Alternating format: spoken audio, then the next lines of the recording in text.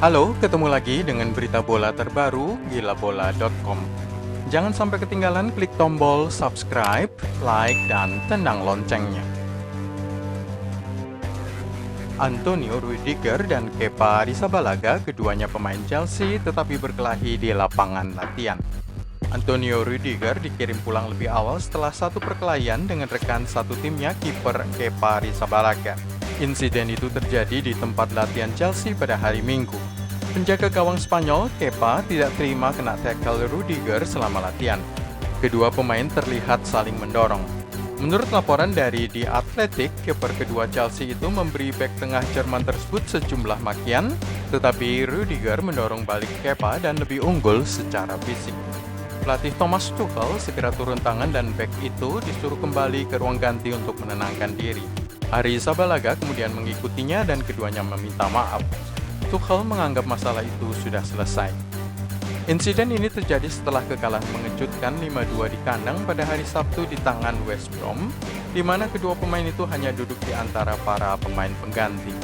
Pada awal musim ini dilaporkan bahwa Rudiger telah bentrok lebih dari satu kali dengan Cesar Azpilicueta selama latihan. Rudiger kehilangan tempatnya di starting line-up pada tahap akhir periode kepelatihan Frank Lampard sebagai bos Chelsea, tetapi telah mendapatkan kembali tempatnya dan memainkan peran kunci di bawah Thomas Tuchel. Insiden ini terjadi menyusul pertengkaran sengit antara Reece James dan Cesar Azpilicueta di ruang ganti Stamford Bridge pada laga hari Sabtu. Kapten Spanyol itu merasa bahwa James harus disalahkan untuk gol kedua West Brom. Azpilicueta merasa James harusnya berbuat lebih banyak untuk mencegah pencetak gol Mateus Pereira. Di AC Milan pada periode pertama Zlatan Ibrahimovic, sang bintang Swedia pernah berkelahi dengan rekan satu timnya, Oguchi Onyewu. Bek asal Amerika itu tinggi badannya 190 cm dan saling tendang dan pukul menyebabkan satu tulang rusuk Zlatan patah. Perkelahian itu masalah hidup dan mati, tulis sang pemain Swedia dalam autobiografinya. Saya menanduk kepalanya dan kami saling melayangkan pukulan, sepertinya kami saling ingin mencapik-capik, sangat brutal. Kami berguling-guling, saling meninju dan menyerang dengan lutut. Sepanjang waktu saya berpikir, sial, dada saya sakit, jadi kami kemudian memeriksanya. Oguchi Onyewu kemudian dijual pada akhir musim tanpa satu kali pun bermain untuk Rossoneri. Perkelahian Joey Barton versus Ousmane Dabo terjadi di Manchester City.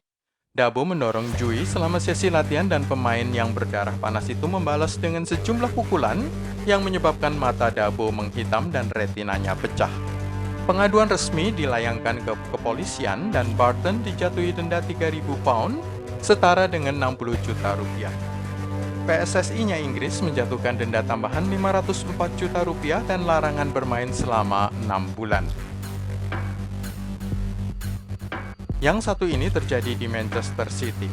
Dalam sebuah sesi latihan, Mario Balotelli menekel rekan sepermainannya Scott Sinclair secara keras. Pelatih Roberto Mancini merasa hal itu berlebih-lebihan dan kemudian menyeret Balotelli ke pinggir lapangan, tapi tidak berhasil. Raksasa bengal itu terlalu kuat untuk diseret begitu saja. Itu bukan pertikaian pertama Balotelli dengan 2 tahun sebelumnya pernah terjadi perkelahian dengan Michael Richards. Tidak lama setelah pertikaian dengan sang manajer, pemain Italia itu dijual ke AC Milan. Di tim nasional Swedia pada tahun 2001-2002 sempat ada keributan yang mengacaukan persiapan mereka menjelang Piala Dunia 2002. Bek Aston Villa, Olof Mellberg, melakukan tackle kasar pada sang pemain Arsenal, Freddie Ljungberg, menyebabkan pemain sayap itu tidak menerima dengan baik dan mendorong balik Mellberg. 4 tahun kemudian pasangan itu melakukannya lagi, memperdebatkan taktik permainan untuk pertandingan pembukaan tim nasional Swedia melawan Trinidad and Tobago di Piala Dunia 2006 yang berakhir dengan hasil imbang tanpa gol. Ljungberg mengatakan bahwa keduanya kali itu berhasil menghindari kekerasan. Perkelahian Raheem Sterling versus Joe Gomez terjadi di kantin tempat latihan tim nasional Inggris hanya beberapa hari saja usai Liverpool mengalahkan Manchester City pada tahun 2019. Pertikaian keduanya meninggalkan jejak cakaran di bawah mata Joe Gomez. Sebagai akibatnya, Raheem Sterling dikeluarkan dari daftar skuad untuk pertandingan melawan Montenegro. Pemain sayap itu kemudian mengakui bahwa emosi terlalu menguasainya dan dia meminta maaf. Pertikaian antara Neymar versus Nelson Semedo terjadi di Barcelona kira-kira pada pekan-pekan terakhir musim 2017-2018. Dalam sesi latihan pertamanya di Barcelona, pemain Portugal Nelson Semedo ingin membuktikan sesuatu. Tetapi dia merasakan bagaimana malunya dikolongi oleh striker Brasil Neymar selama sesi mempertahankan bola. Bek baru Barca itu merasa sangat marah dipermalukan dan keduanya terlibat pertikaian sebelum Sergio Busquets dan Samuel Umtiti turun tangan memisahkan mereka. Tetapi Neymar sudah terlanjur marah, membuang kostum latihannya dan pulang dari tempat latihan. Beberapa hari kemudian, sang penyerang resmi pindah ke Paris Saint-Germain. Perkelahian di lokasi latihan Newcastle United terjadi pada tahun 2010 setelah Steven Taylor secara diam-diam menghubungi bekas pacar Andy Carroll. Andy Carroll meninju rahang rekan satu timnya itu menyebabkan Taylor absen sampai akhir musim itu. Tetapi bukannya mendapatkan hukuman, klub dan supporter mendukung Andy Carroll. Perkelahian antara John Hudson versus Eyal Bergovic terjadi di West Ham United pada September 1998. Sebuah tackle telat dari Hudson menyebabkan sang pemain Israel bertubuh kecil itu meninju pemain asal Wales yang bertubuh tinggi besar. Balasannya sungguh luar biasa kejam. Hudson berputar dan menendang playmaker itu di wajahnya dengan kekuatan penuh. Sementara banyak peristiwa semacam ini terjadi di tempat latihan sepak bola selama bertahun-tahun, insiden yang satu ini tertangkap kamera dan dengan cepat menyebar ke media massa. Mantan striker Celtic itu mengakui bahwa viralnya adegan tersebut berdampak besar pada keluarga dan karirnya di atas lapangan hijau. Perkelahian Mitrovic versus Kamara terjadi di Fulham pada tahun 2019.